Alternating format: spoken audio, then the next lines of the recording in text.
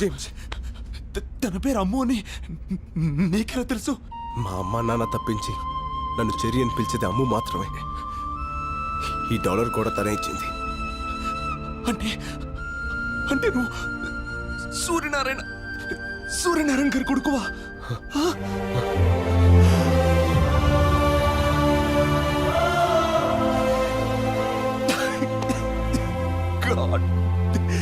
ఉండు, ఒక్క నిమిషం ఉండు.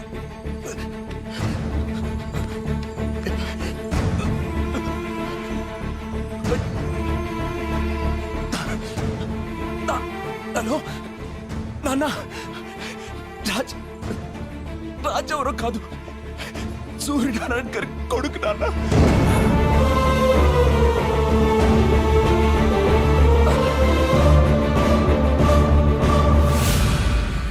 పద, హాస్పిటల్కి వెళ్దాం. ఇప్పుడు నేను బతకడం ఇంపార్టెంట్ కాదు, ఒక నిజం బతకడం ఇంపార్టెంట్, ఒక ఆశయం బతకడం ఇంపార్టెంట్. ఆ రోజు ఊరందరికీ పట్టాలు పంచుతుండగా జరిగింది ప్రమాదం కాదు, ప్రమాదంగా సృష్టించారంతే. మా నూరు రాయదుర్గం. ఆ గ్రామ ప్రజలకి కనిపించిన దైవం సుంకులమ్మ అయితే కనిపించే దేవుడు మీ నాన్న సూర్యనారాయణ. మీ నాన్న రఘుపతి గారు కాలేజ్ రోజుల నుంచి ప్రాణ స్నేహితులు. వారిద్దరి మధ్య ఉన్న స్వచ్ఛమైన స్నేహం వల్ల మీ నాన్న మాట కోసం రఘుపతి గారు తనకున్న 3000 ఎకరాల్ని రాయదుర్గం కూలీలకి కౌలుకిచ్చి వాళ్లకు బతుకుదెరువు చూపించారు. వ్యాపారం కోసం రఘుపతి లండన్ వెళ్ళిపోయాక ఆయన బావమర్ది బళ్ళారికో బంగారం లాంటి నిజం తెలిసింది. సార్, మీ గెస్ట్ చాలా కరెక్ట్. మీరు అనుకున్నట్టు ఈ మట్టి ఈ ఏరియాలోది. ఏ 3000 ఎకరాలైతే రఘుపతి గారు రైతు కూలీలకి కవులకిచ్చారో అందులో ఏ గ్రేడ్ ఐరన్ ఓర్ ఉంది. తవ్వి అమ్ముకుంటే ఇంట్లో బాత్రూమ్స్ కూడా బంగారంతో కట్టించుకోవచ్చు. ఈ జనానికి అనుమానం రాకుండా ఉండటం కోసమే పైన పవర్ ప్రాజెక్టు కింద మన ప్రాజెక్టు తవ్వుకున్నోడికి తవ్వుకున్నంత. ఈ ప్రాజెక్ట్ కట్టేది మీ పిల్లలకు ఉద్యోగాలు ఇవ్వడం కోసం, మీ బిడ్డల బతుకులు బంగారం చేయడం కోసమేనని జనాన్ని ఒప్పించారు. ఫ్యాక్టరీ పడిందంటే ఇంకా మన పిల్లల బతుకులు బంగారమే. ఉద్యోగాలు, ఫ్యాక్టరీలు అంతా అబద్ధమని, నేలతల్లి గుండెల్ని తవ్వి ఇనుప ఖనిజం అమ్ముకోవడానికే ఇదంతా ఉపాయమని ఎన్నో విధాలుగా నచ్చచెప్పడానికి ప్రయత్నించారు మీ నాన్న. ఇనప ఖనిజం పడితే మాకేంది, బంగారం పడితే మాకేంది. మా గిన్నెలో ఇంత మొత్త పడాలయ్యా, మా దారిని మమ్మల్ని వదిలేయ్యా. కానీ గొర్రె కసాయివాణ్ణి నమ్మినట్టుగా ప్రజలు బళ్ళారి మాటనే నమ్మారు. ఏందయ్యా ఇది? వాళ్ళకి లేని బాధ నీకెందుకు చెప్పు? వాళ్ళు పసిబిడ్డల్లాంటి వాళ్లే, మనమే మార్చుకోవాలి. రఘుపతి లండన్ నుంచి రాగానే ఈ విషయం గురించి మాట్లాడతా. వాడు నా మాట కాదంటావు. ఎక్కడే నిజాన్ని శంకుస్థాపనకొస్తున్న రఘుపతికి చెప్పేస్తాడోనని రాత్రికి రాత్రే మీ నాన్నని ఎత్తుకెళ్లారు. రఘుపతి ఊరు వదిలి వెళ్లే వరకు నోరు విప్పితే నిన్ను మీ అమ్మని చంపుతానని బెదిరించారు. ఆ తర్వాత రోజు రఘుపతి గారు లండన్ నుంచి వచ్చారు. ఊరందరి కళ్ళు రఘుపతి గారి కోసం చూస్తుంటే ఆయన కళ్ళు మాత్రం మీ నాన్న కోసం వెతికాయి. సూర్యనారాయణ వేస్తాడనుకున్నాను. ఏడి బళ్ళారి వాడు పేదోళ్ళకి మేలు జరిగితే మొక్కు తీర్చుకుంటానని శ్రీశైలం వెళ్ళాడు. ఓహో, ఏదైనా ఒకరోజు తెల్లవారుజామున సూర్యుడన్నా ఆలస్యంగా వస్తాడేమో కానీ నేనొచ్చానని తెలిస్తే సూర్యనారాయణ ఆలస్యంగా రాడే అని అనుమానించాడు. ఆ అనుమానంతోనే ఇంటికెళ్ళాడు.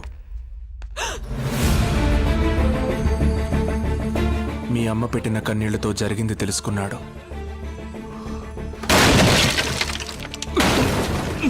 స్నేహితుణ్ణి కాపాడుకొని బళ్ళారికి బుద్ధి చెప్పాలనుకున్నాడు.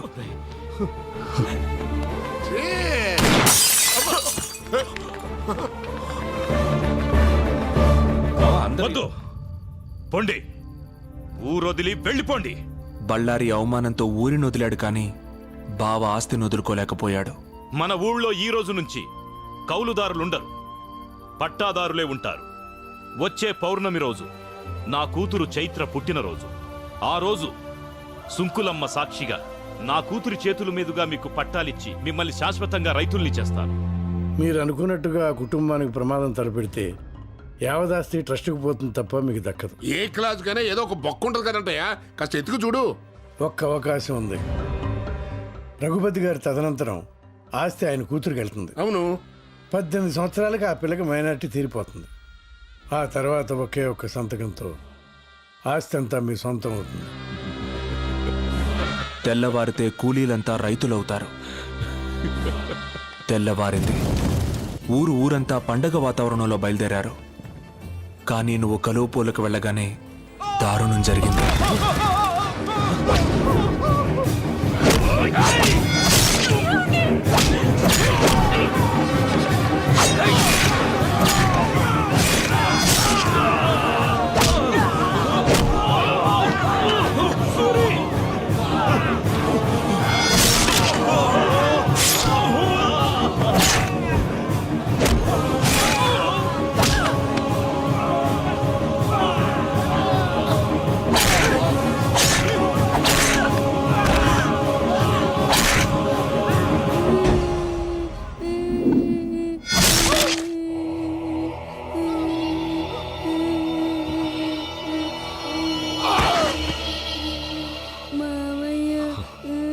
ఈ రోజు నుంచి నేను మావయ్యని కాదు, మీ నాన్నని.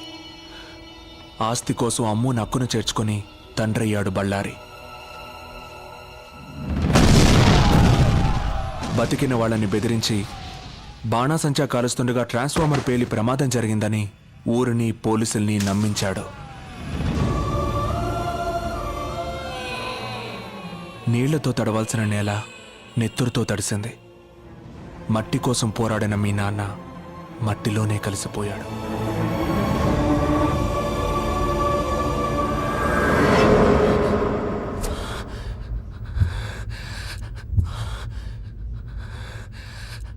జరిగింది ఇది అని చెప్పడానికి మీ నాన్న లేరు.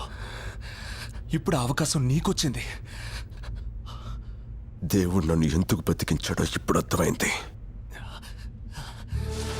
ఇదిగో ఆ 3000 ఎకరాల దస్తావేజులు. వెళ్ళు, మీ నాన్న కోరిక నెరవేర్చు. జేమ్స్ హాస్పిటల్కి వెళ్దాం పదా.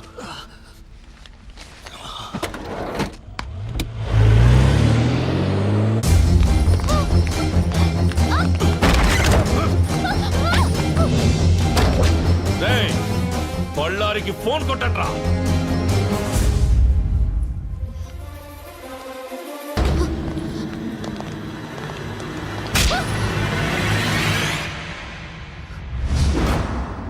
ఏంటే, నన్ను చూస్తే భయం వేయడం లేదా? నువ్వు నాన్నవి కాదని, మా నాన్నని చంపేసిన రాక్షసుడివని తెలియగానే భయం పోయింది.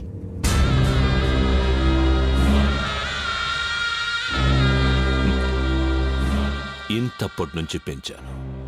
నేను నాన్నని కాదని దానికెలా తెలిసింది లాయరు? సరిగ్గా తను మేజర్ అయిన రోజు రాత్రి ఇంట్లోంచి పారిపోవాలన్న ఐడియా దానికి ఎట్ట వచ్చింది లాయరు? నన్ను అడుగుతున్నారేంటండి? నాకేం తెలుసు? నీకు తెలియకుండా నీ కొడుకు జేమ్స్ ఫారెస్ట్ లో ఏం చేస్తున్నాడ్రా? నీకు తెలియకుండా నీ కొడుకు దీన్ని కాపాడడం కోసం ఎందుకు పడి చేస్తున్నాడ్రా? తెలుసురా, నేను పంపితేనే నా కొడుకు అమ్మును కాపాడటానికి ఫారెస్ట్కి వెళ్ళాడు. యుద్ధంలో గెలవాలంటే ముందు చనిపోయేది సైనికులే నాన్న అని చెప్పి మరీ ప్రాణాలు తెగించాడ్రా. అసలు ఈ కథకి ఆక్సిజన్ పోసిందే నేను. ఏంట్రా అలా చూస్తున్నారు? మీలాంటి వ్యధలు చేసిన పాపాలంత తొందరగా మర్చిపోరు. ఒక్కసారి చేసిన గుర్తుకు తెచ్చుకోండి. ఆస్తి మీ సొంతం కావాలంటే 15 సంవత్సరాలు మీరు ఓపిక పట్టాలి.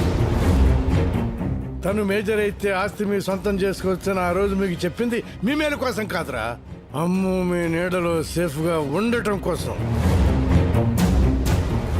ఎదిగే తన వయసుతో పాటు నిజాన్ని నూరిపోశాను. తను మేజర్ అయ్యే లోపు మాకు మగాడు కావాలి. అందుకే కత్తిలో ఉండే పదును, బుల్లెట్ లో ఉండే పవరు, బాంబులో ఉండే విస్ఫోటనం, ఈ 3 బస్తీ కుర్రాళ్ళలో చూసి మీకు మొగుడుగా సెలెక్ట్ చేశాం. రే, నా పక్కనే ఉంటూ నా ఉప్పు తింటూ ఎట్టా చేసావరా ఇదంతా? నిన్ను చూసే నేర్చుకున్నాను బళ్ళారి. ఏయ్! చంపరా! 1000 గడపల్లో దీపాలు వెలగాలంటే మన ఇంటి దీపం ఆరిపోయినా పర్లేదన్నాడురా నా కొడుకు. కానీ చంపే ముందు మీరందరూ ఏమవుతారో ఆలోచించుకోండి. ఏంట్రా ఆలోచించది? నీ బస్తి నా కొడుకు వచ్చి మా ఇంట్లో దీపాలని ఆరుతాడా? బస్తీ నా కొడుకు కాదురా కుర్రాడు.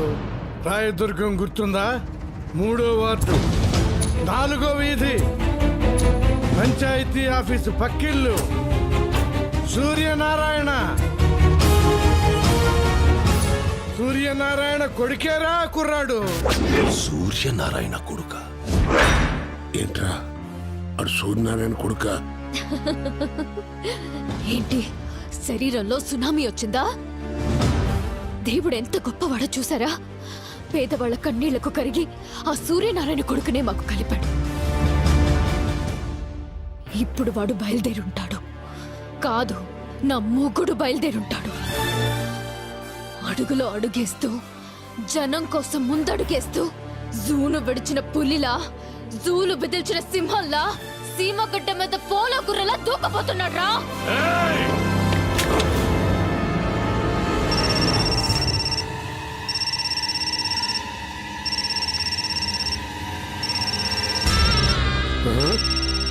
వీడి కొడుకు మాట్లాడో. ఇది వాడికి హ్యాండ్ ఓవర్ చేసిన డాక్యుమెంట్స్ తీసుకుని రాయదుర్గానికి రమ్మను. ఎక్కడి నుంచి అయితే వాడు తప్పించుకున్నాడో అక్కడే వాడిని ఫినిష్ చేద్దాం. లేకపోతే ఇది ఇక్కడే దచ్చది. మాట్లాడో. హలో నాన్న, నేను అమ్ముని తీసుకుని రాయదుర్గం వస్తున్నా. రాజుని పేపర్లు తీసుకుని అక్కడికి వచ్చేయమను. అమ్ము చచ్చిపోతుందన్న భయంతో చెప్పలేదురా, అక్కడికి వెళ్ళి మీరు చావబోతున్నారన్న ఆనందంలో చెప్పా.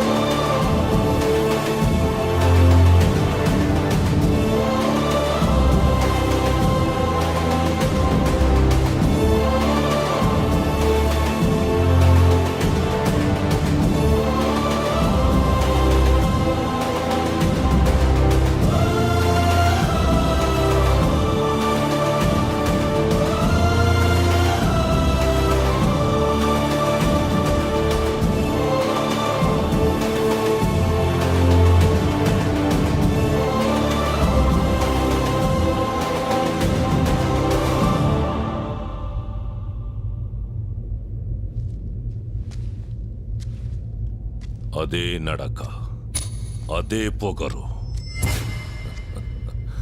మీ నాన్నని చూస్తున్నట్టుగా ఉండదు. అదే ఊరు, అదే ప్రజలు. కానీ ఇప్పుడు ఇక్కడ జరగబోయేది చరిత్ర అవుతుంది. పిల్లకాకివి చరిత్ర రాసేంత వయసు కాదురా నీది. రాయ్ ముసలోడా, చరిత్ర రాయడానికి వయసుతో పని లేదు. ప్రజల అండుంటే చాలు. అది మాకు ఎప్పుడూ ఉంది. ఏం చూసుకుంటా నీకింత పొగరు? రేయ్, ఏదో చూసుకుని తొడలు కొట్టే టైప్ కాదురా నేను. ఇచ్చిన మాట ప్రకారం ఇవిగో దస్తావేజులు. అమ్ము ఎక్కడా? అమ్ము ఇక్కడ లేదు. ఎక్కడుందో ఇక్కడున్న అందరికీ తెలుసు. కానీ ఎవ్వడూ నోరు విప్పడు. అక్కడ చూడు.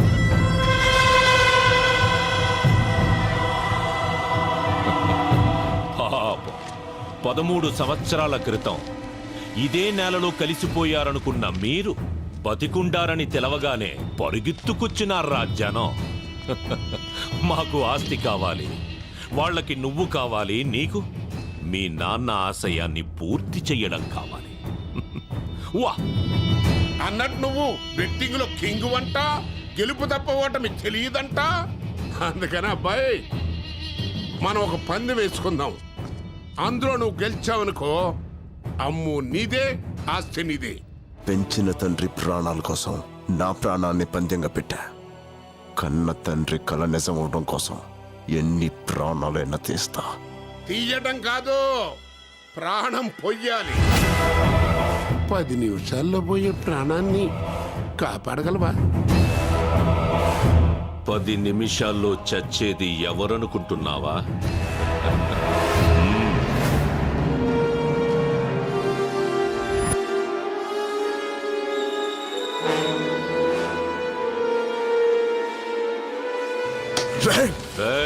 అరవకు. ఏ ఊరి కోసం మీ వాళ్ళందరూ ప్రాణాలు వదిలారో అదే ఊళ్ళో నీ అమ్ము ఉంది. సుంకులమ్మ మీద ఒట్టేసి చెప్తున్నా, 1000 గడపన్న ఆ ఊళ్ళో నీ అమ్ము ఏ గడపలో ఉందో కనిపెడితే చచ్చిన మీ నాన్న ఆశయం బతుకుతుందిరా. వెళ్ళో.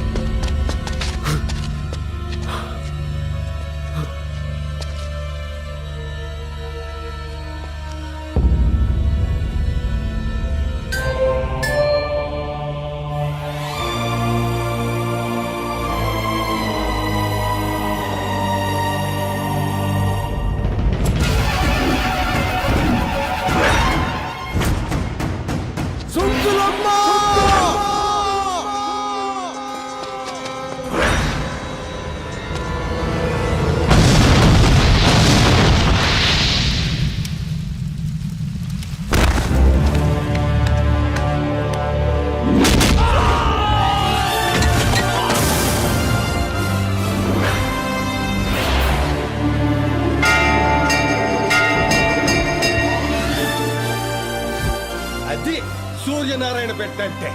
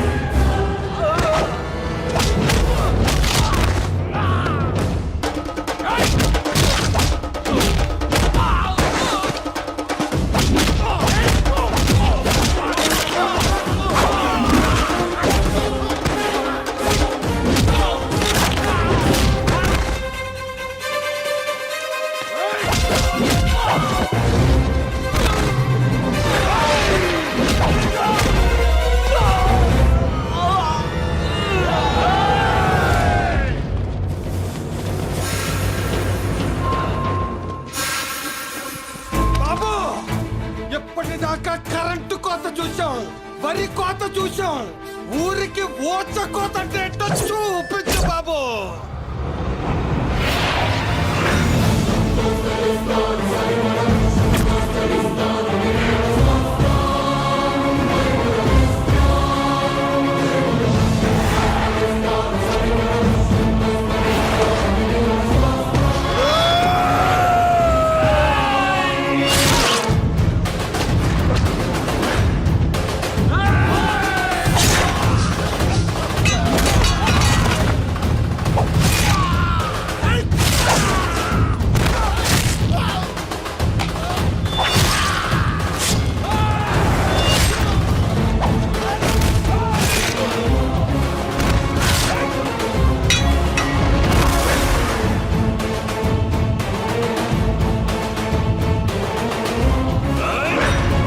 నరికే కొడుకుని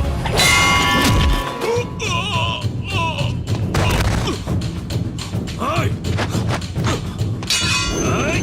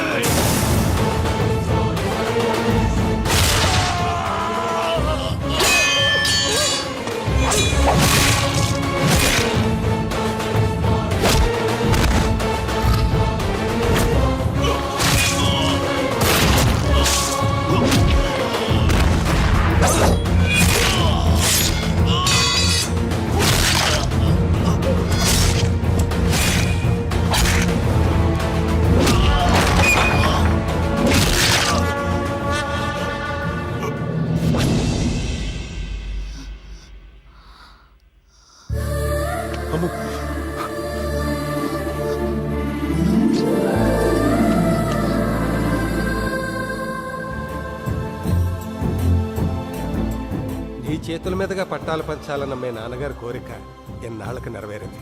ఆ పెద్దోళ్ళెద్దరూ మీ కడుపున కవల పిల్లలై పుట్టాలమ్మా.